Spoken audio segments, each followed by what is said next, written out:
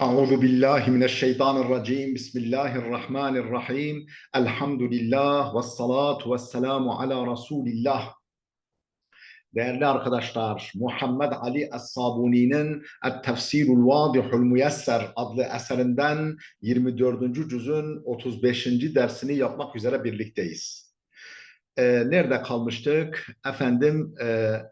Gafir suresinin 64. ayetini işliyorduk. Ayetimiz tam bitmemişti.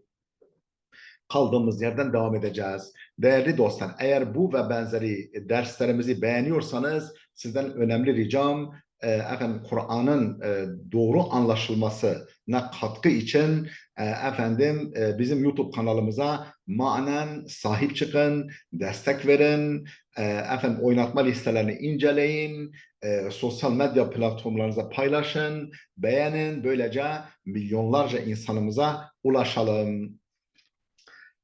Ne buyuruyordu bu 64. ayette? Allah öyle bir zattır ki arzı yani yer küreyi sizin için karargah kılmış. Yani böyle üzerinde yaşanabilir hale getirmiş. Ve sema binaen semayı da yani göğü de atmosferi de sizin için kubbe yapmış. Bir tavan gibi koruyucu bir çatı yapmış. Ve savvarakum fe ahsana suvarakum sizi şekillendirmiş. Suretlerinizi çok güzel, en güzel şekilde belirlemiş.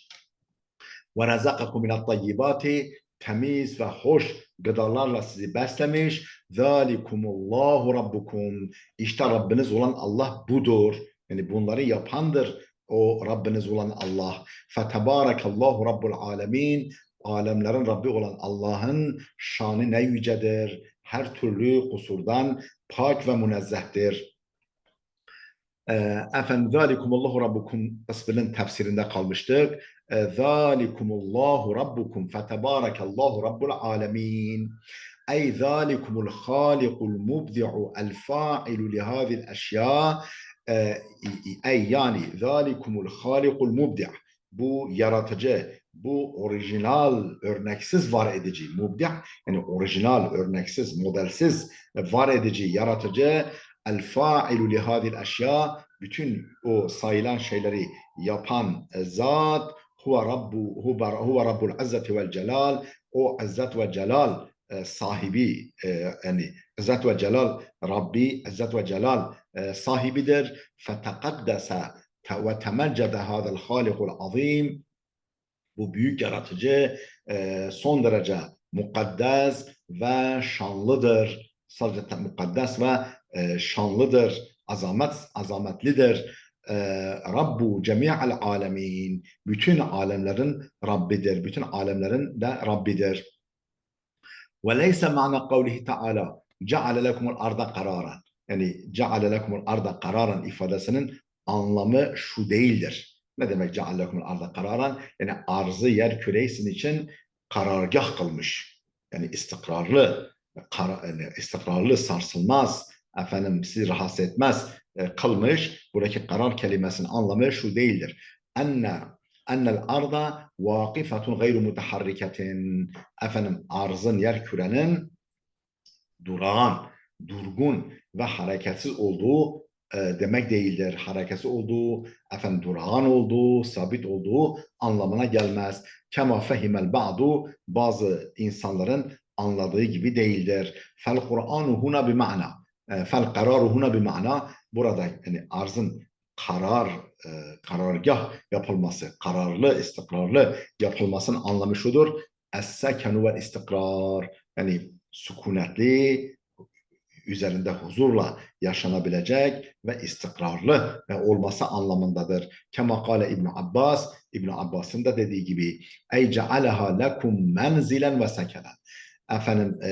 Allah arzı yer küresin için bir menzil, bir ev ve bir mesken gibi yapmış. Bir menzil, bir ev, bir mesken üzerinde yaşanabilir bir mesken halinde sizin için var etmiş. Fi halil hayati ve ba'del mevti. Hem yaşarken siz, yani hayat halindeyken, yaşarken ve ba'del mevti, hem de ölümden sonra sizin için bir mesken kılmış, bir menzil, bir ev yapmış. وَلَوْ كَانَتِ الْاَرْضُ لَا تَدُورُ فِي مُقَابَلَةِ الشَّمْسِ şayet arz yani yer küre la teduru fi mukabeleti şemsi güneşin karşısında hep aynı yüzü güneşe dönük olarak kalıp dönmeseydi yani kendi ekseni etrafında güneşe mukabil bir şekilde dönmeseydi efendim وَلَوْ كَانَتِ الْاَرْضُ لَا تَدُورُ şayet arz dönmeseydi kendi ekseni etrafında fi mukabeleti şemsi güneşin mukabilinde karşısında لَمَا تَعَاقَبَ اللَّيْلُ وَالنَّهَارِ gece ve gündüz birbirini izlemezdi. Hep bir taraf gece olurdu, bir taraf hep gündüz olurdu. Gece ve gündüz birbirinin peşinden gelmezdi. فَالشَّمْسُ تَدُورُ وَالْاَرْضُ تَدُورُ وَالنُّجُومُ تَدُورُ hem güneş dönüyor, efendim güneş dönüyor, işte gezegenleriyle beraber vel ardu teduru hem yer küre dönüyor hem kendi ekseni etrafında hem güneşin etrafında ve nucumu teduru hem de yıldızlar dönüyorlar. Ve kullun fi felekin yesbahun hepsi efendim bir boşlukta birer yörüngede yüzüyorlar, koşuyorlar. Ve levla deveranul ardi la نصب لنصبت مياه البحار والمحيطات eğer arzın devranı, arzın kendi ekseni etrafında dönüşü olmasaydı lensabbet miyahul bihari vel muhitat efendim deniz ve okyanusların suları dökülürdü. Kendi ekseni etrafında dönüyor ki efendim o sular onun etrafında %74 işte %70'ten fazla sudur yer kürenin etrafı. Efendim o sular yani yerle birlikte duramazdı, dökülürdü. Nereye dökülürdü? Lan sabbet miyahu bihari vel muhitat alel yabisat. Yani karaları efendim karaları istila ederdi. Fe ehleketel harfe ve nesle efendim ürünleri, ekinleri, nesli, insan neslini helak ederdi. Ve garaka kullu şeyin ala zahriha min beşerin ve şecerin efendim yerin sırtındaki, yerin üzerindeki her şey efendim batardı min beşerin ve şecerin yani insan olsun, beşer olsun, bitki olsun, ağaç olsun onun sırtında, üzerinde olan her şey suya batardı efendim boğulurdu ve min huna nudriku sırra tefkirina bi imsakil ardı ve ni'meti zalika ve min huna nudriku işte buradan anlıyoruz, buradan kavruyoruz sırra tefkirina bi imsakil ardı ve ni'meti zalika arzın efendim e, ne diyelim üzerinde yaşanmaya hazır hale getirilmesinin hatırlatılmasının ve o buradaki bizim için olan gizli nimetin sırrını buradan idrak ediyoruz, kavruyoruz. Yani bu işin ne kadar önemli olduğunu, bizim için ne büyük nimet, ne hayati bir durum olduğunu buradan kavruyoruz. İnna Allah yumsiku semavati vel arda en tezula. Allah Teala gökleri ve yeri yok olup gitmekten muhafaza ediyor. İnna Allah yumsiku. Allah tutuyor, muhafaza ediyor. Es semavati vel arda gökleri ve yeri en tezula. Yok olup gitmekten, yerlerinden ayrılmaktan efendim muhafaza ediyor. Fel ardu ma'a deveraniha tumsikuha yedul kudretil ilahiye. Arz, yer küre dönüşüyle beraber yani dönmesine rağmen hem kendi ekseni etrafında hem güneşin etrafında dönmesine rağmen tumsikuha yedul kudretil ilahiye ilahi kudret eli onu tutuyor. Anil istidami vel irtitabi vel irtitami bil eflakil uhra. Başka gezegenlerle, başka yıldızlarla ve gezegenlerle çarpışmaktan ve tozlaşmaktan çarpışma, irtidam da tozlaşmadan ve efendim çarpışmadan diğer gezegenlerle Allah onu koruyor ya da kudret-i ilahiye, kudret eli onu koruyor. وَلَوْ كَانَتْ ثَابِتَةً عَلَى شَيْءٍ لَمَا يَحْتَاجَتْ إِلَى إِمْسَاكٍ وَلَوْ كَانَتْ ثَابِتَةً عَلَى شَيْءٍ eğer bir şey üzerinde sabit olsaydı, bir şey üzerinde sabit olsaydı لَمَحْتَاجَتْ إِلَى إِمْسَاكٍ tutulmaya, yani onu havada tutmaya, onu başka gezegenlerle çarpışmaktan korumaya ihtiyaç duymazdı. Vakat vaddahna hâzâ fi kitabina hareketul ardı hakikatun ilmiyetun esbetehel Kur'an.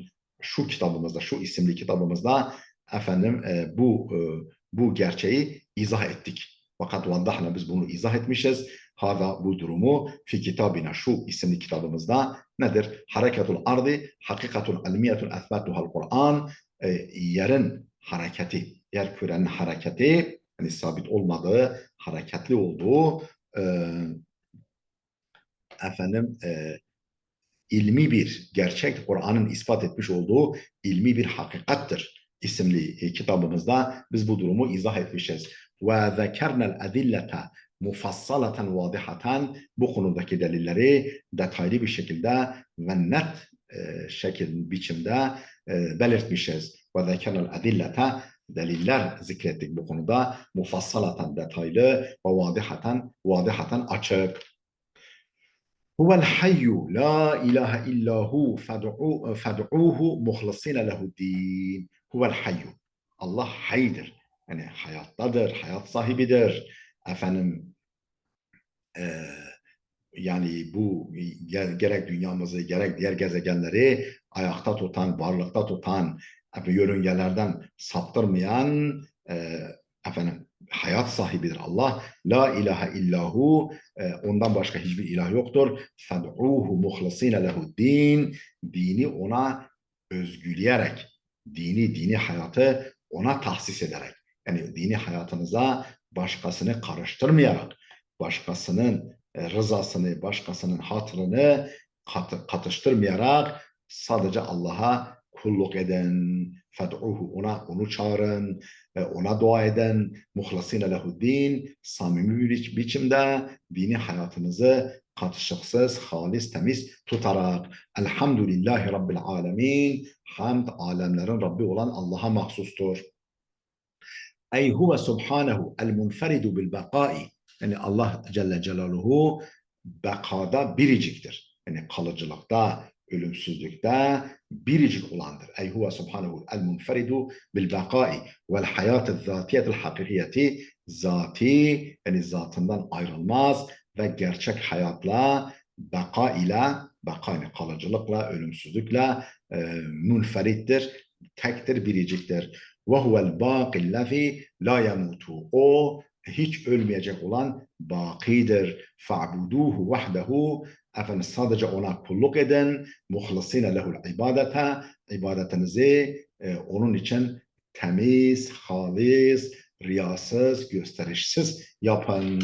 Kailine şöyle diyerek Elhamdülillahi Rabbil alemin diyerek ibadetinizi sadece ona yöneltin. Hamden daimen lehu ala ni'metil halk vel ibdah.